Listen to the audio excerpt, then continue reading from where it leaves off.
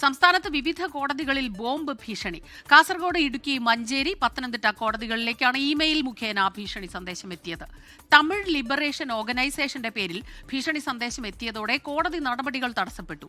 സന്ദേശം വ്യാജമാണ് എന്ന് പ്രാഥമിക നിഗമനം. രാവിലെ 10:40 കാസർഗോഡ് കോടതിയിൽ ബോംബ് ഭീഷണി ശ്രദ്ധയിൽപ്പെടുന്നത്. ഇതിന് പിന്നാലെ തലശ്ശേരി, ഇടുക്കി, മഞ്ചേരി, പത്തനംതിട്ട കോടതികളിലും ബോംബ് ഭീഷണി എത്തി. വിക്രം രാജ്ഗുരു@outlook.com എന്ന ഐഡിയിൽ നിന്നായിരുന്നു സന്ദേശം. കോടതി സമുച്ചയത്തിൽ 3 3 RDX IEDകൾ സ്ഥാപിച്ചിട്ടുണ്ടെന്നും ഉച്ചയ്ക്ക് 1:15 ഇവ പൊട്ടുമെന്നും സന്ദേശത്തിൽ പറയുന്നുണ്ട്. കോടതിക്ക് പുറത്ത് 3 പേർ നിൽക്കുന്നുണ്ടെന്നും സ്ഫോടനം നടത്താനുള്ള റിമോട്ട് കൺട്രോളുകൾ ഇവരുടെ കൈവശമുണ്ടെന്നും മുഹമ്മദ് അസ്ലം, വിക്രം തമിഴ് ലിബറേഷൻ ഓർഗനൈസേഷൻ സംഘടനയുടെ പേരിൽ വന്ന ഭീഷണി സന്ദേശത്തിൽ പറയുന്നുണ്ട്. പോലീസും ബോംബ് സ്ക്വാഡും കോടതികളിൽ പരിശോധന നടത്തി. സ്ഫോടക വസ്തുക്കളോ സംശയാസ്പദമായ ആളുകളെയോ ഇതുവരെ കണ്ടെത്താൻ കഴിഞ്ഞിട്ടില്ല. ഭീഷണി സന്ദേശം വ്യാജമെന്നാണ് പ്രാഥമിക നിഗമനം. 24 കാസർഗോഡ്.